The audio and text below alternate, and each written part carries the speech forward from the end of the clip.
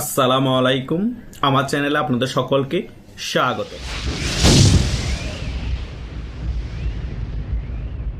5 আগস্টের পরবর্তী সময়ে যখন তারেক জিয়া বাংলাদেশে আসছিল না, তখন আমি অনেক ভিডিও বানিয়েই বলেছি তারেক জিয়া বাংলাদেশে আসছে না।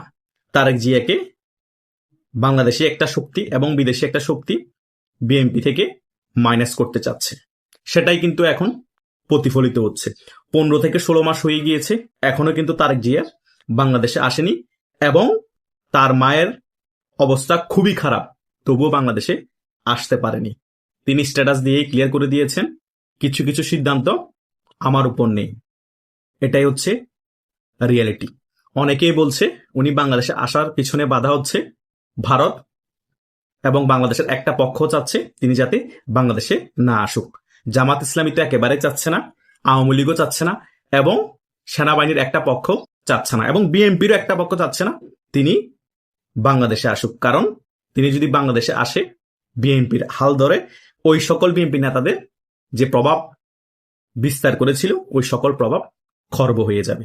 সেই কারণে তারেক জিয়া সকল বিষয় চিন্তা করে বাংলাদেশে আসছে না, এবং তিনি মনে করছে তার জীবনের হুমকি আছে।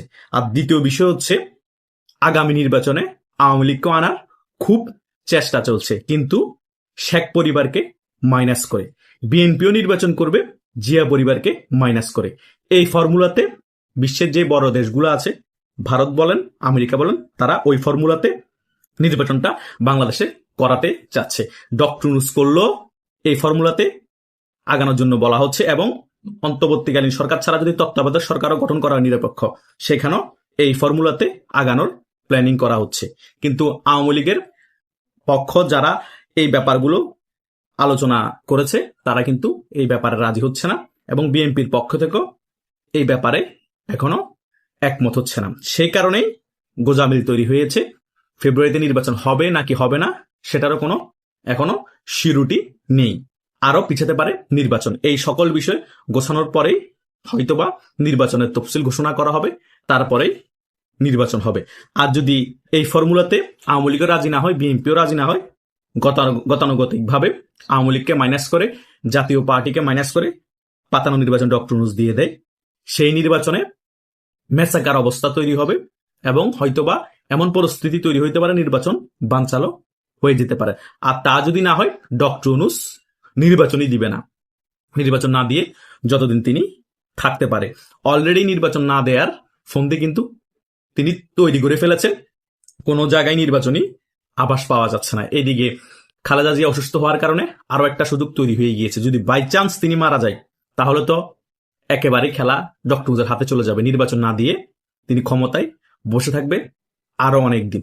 জামাতও সহযোগিতা করবে, এনসিপিও সহযোগিতা করবে, ইসলামিক সকল দল সহযোগিতা করবে, এবং যে সকল ছোটখাটো চুনুপুটি দল আছে সকলেই ডক্টর ইউনূসকে সহযোগিতা করবে। কারণ ডক্টর ইউনূস ক্ষমতায় থাকলে তাদের লাভ। তারা কোনো এমপি না হয়ে, মন্ত্রী না হয়ে, তারা ক্ষমতা উপভোগ করতে পারবে। বাংলাদেশে এখন চলছে সকল কিছু গোজামিলের রাজনীতি। বহির্বিশ্বের প্রভাবশালী দেশগুলো চাচ্ছে মুজিব পরিবার, শেখ পরিবার বাংলাদেশের রাজনীতি থেকে মাইনাস করতে, আর ডক্টর ইউনূস চাচ্ছে শুধু আওয়ামী লীগকে মাইনাস করতে, আর অন্যান্য যে সকল রাজনৈতিক দল আছে বিএনপি এবং আওয়ামী লীগ ছাড়া, তারা চাচ্ছে বিএনপি এবং আওয়ামী লীগকে মাইনাস করে দিতে। এই চলতেছে বাংলাদেশের রাজনীতি। আর এই বাঙালিরা আমরা বলে থাকি বাংলাদেশ নাকি গণতান্ত্রিক দেশ, বাংলাদেশে নাকি গণতান্ত্রিক প্রক্রিয়ায় নির্বাচন হয়। কিসের গণতন্ত্র? এক এক দল এক এক দলকে মাইনাস করার জন্য বসে আছে, এক এক দল আরেক দলকে নিষিদ্ধ করার জন্য বসে আছে, এক এক দল আরেক দলকে ভোটে আসতে না দিয়ে নিজেরা ভোট দিয়ে নিজেরা সরকার গঠন করার জন্য বসে আছে। আর আমরা গণতন্ত্রের বলি উড়াই এই বাংলাদেশের মধ্যে। বাংলাদেশে গণতন্ত্রের গ এখন অবশিষ্ট নাই। যেই রাষ্ট্র শাসনে বসে সেই ফেসিস্ট হয়ে যায়। শুধু দোষ পরে এখন শেখ হাসিনার। বাংলাদেশে 1971 সালের পর যত রাষ্ট্র শাসক এসেছে সকলেই ফেসিস্ট ছিল। কথা বুঝতে পেরেছেন? এখনো ডক্টর ইউনূস ফেসিস্টের দাদা, আব্বা, খালা, মামা সবকিছুই ডক্টর ইউনূস। আগামীতেও যে রাষ্ট্র শাসক আসবে, নির্বাচিত বলেন, পাতানো নির্বাচন বলেন, আর যেভাবেই বলেন, সেও ফেসিস্ট হয়ে যাবে ক্ষমতায় থাকার জন্য। কারণ ক্ষমতায় না থাকলে মনে হয় যে সকল কিছু গণতান্ত্রিক, আমরা জনগণের দল, সকল কিছু এমন মনে হয়, উদারতা আছে আমাদের মধ্যে। যখন ক্ষমতায় বসে যায় পরিস্থিতি ঘোলাটে হয়ে যায়, চেয়ার ছাড়তে চায় না, তখন বিরোধী দলকে দমন করা শুরু করি, গুলি করি, মারি, এভাবেই করে ক্ষমতায় বসে থাকতে চাই। তাই গণতন্ত্রের বুলি উড়িয়ে লাভ নেই। বাংলাদেশের রাজনীতি হচ্ছে জোর যার মুল্লুক তার।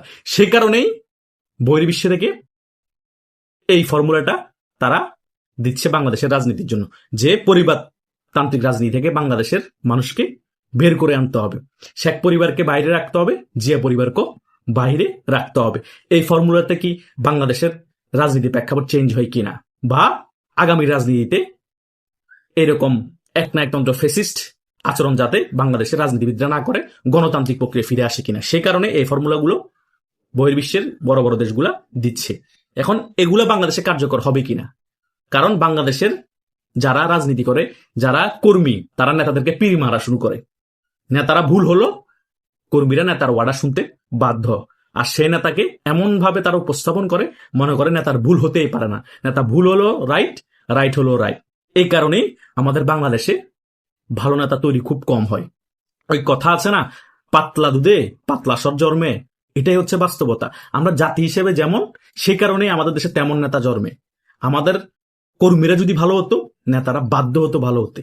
নেতাদের ভুল কর্মীরা ধরিয়ে দেয় না, নেতাদের ভুল থাকলো কর্মীরা নেতাদেরকে ভালোভাবে উপস্থাপন করে, মানে ভুলটাও নেতাদেরটা সঠিক।